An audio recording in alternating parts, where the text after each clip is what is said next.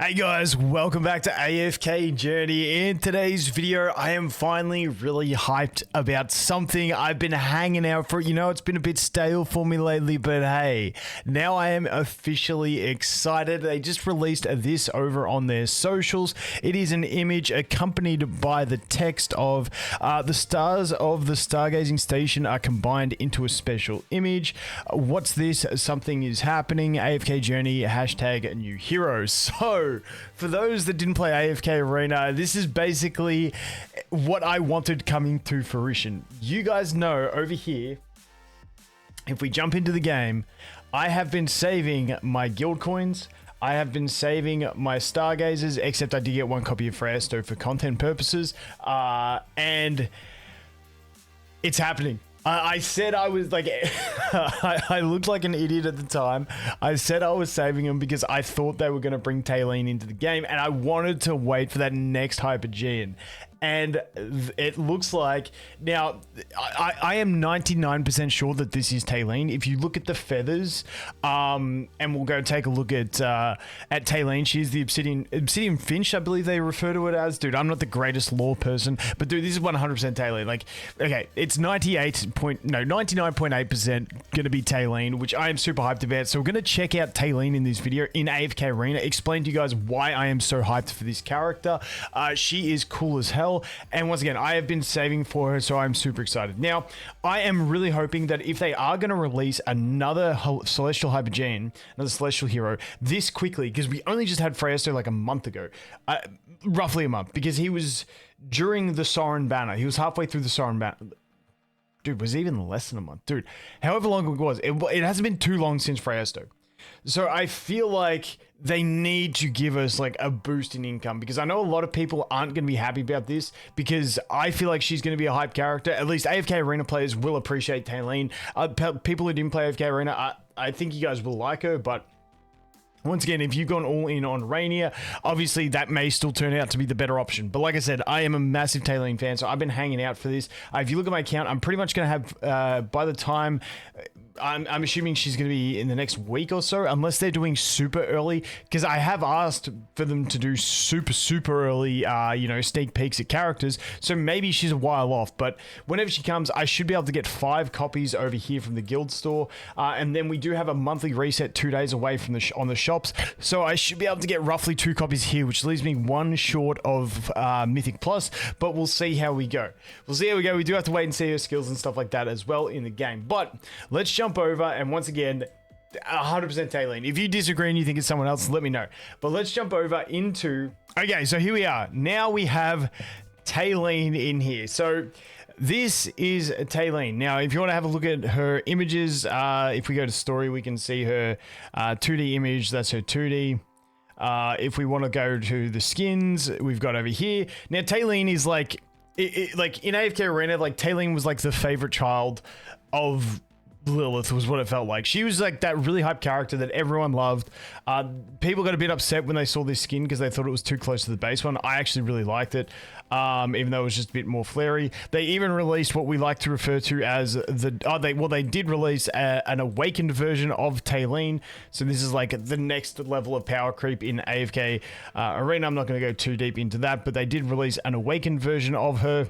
And then they do have like what we refer to as Matria, being the dark Talene, because she's like the dark counterpart of Talene. So like she's like a character that they absolutely adore, as far as I can tell. And I don't think they're going to do her an injustice in AFK Journey either when she does come. Now, let's go through, and once again, I like looking at these characters. If we look at Olmus like basically took his entire kit out of AFK Arena into AFK Journey. There was some slight differences. For instance, in AFK Arena, Olmus uses his ult to root himself, whereas in Journey, he has to drop below a threshold. But in general, they keep true to what their nature is.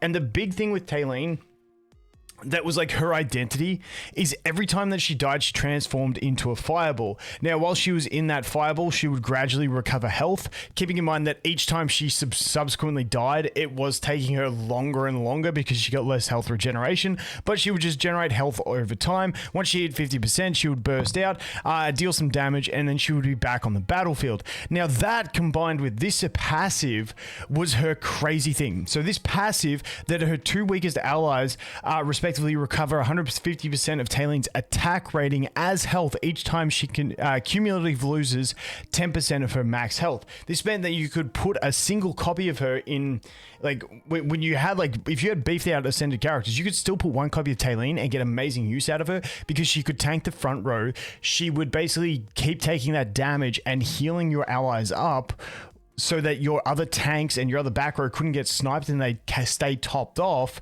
while she died. Then she would die, and her first revival was actually pretty quick. So then she'd come back and she'd retank, but then she would retop them off with her death, which was crazy.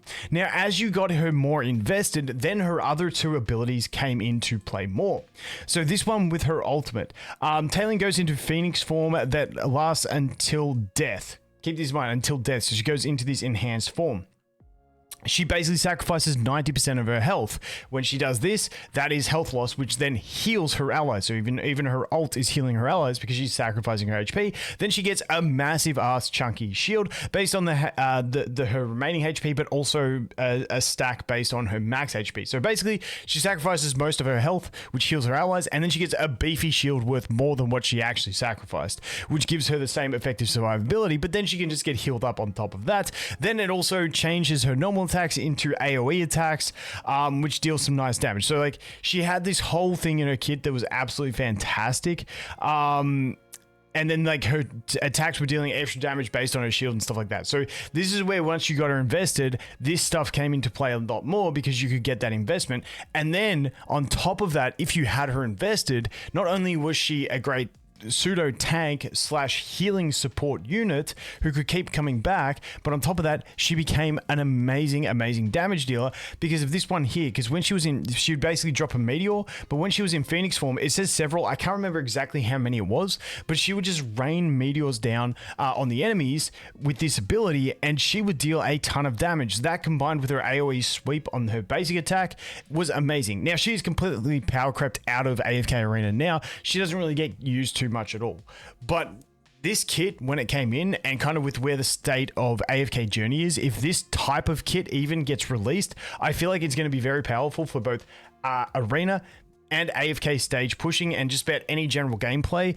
As for bossing, if we look to some of the boss modes like King Croaker, that like it's going to be like a better version of Thorin because she would be healing her allies. She'd be the sustain, she'd be the tank, and she wouldn't have a limited life like what's his face does. So I think she would beat Thorin out in King Croaker. We'd have to see for other bosses, but just based on her kit, that's what I would anticipate. A crazy unit across the board, definitely King Croaker viability, and we'd have to see how her damage and support goes in the other bosses. Maybe in the other bosses, she can still be run as the healer. Who knows? They do often add something else into the kit of these characters, so we will have to wait and see if they do add anything else. But like I said, I'm 99% sure that it is Talene coming. I am super excited for this. If you want to have just a basic look at what she does, we'll put it on 1x speed here, and you guys can see. So you can see her basic attacks are just those little ones. That's her little meteor. Now, she is not in her ult form at the moment. So this is just her standard basics. Once she gets to her ultimate, you'll see that she pops her ultimate.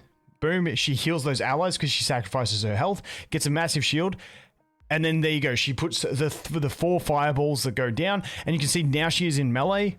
And every swipe is doing that AoE damage, which also gets stacked based on her shield. So that is a basic look at Talene inside AFK Arena. Now, I know AFK Journey is not AFK Arena, but like I said, I like to go through these things because based on everything that we've seen so far that they do like to keep true to the characters. And once again, Talene is a character that I don't think there's anyone that played AFK Arena that hated Talene. She's a very fond character for a lot of AFK Arena players, at least speaking for myself anyway. You guys let me know if you're different, but I am super excited for her, and she's one of those ones that I feel like Lilith have a soft spot for this character in their heart, and they're not going to make her crap.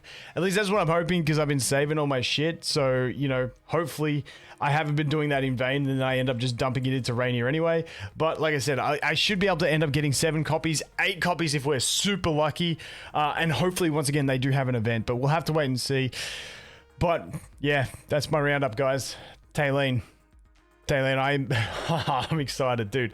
I've been hanging out. I've been patiently hanging out for something to get excited about. So this is it for me. So we'll see how this one goes, but I'll keep you guys updated. If it's not Talene, I'll just eat my words, uninstall this video. I'll make an apology to you guys, but 99% sure that's Talene. Anyway, as always, thanks for watching. Hope you have an awesome day, and I look forward to seeing you in the next one. Cheers.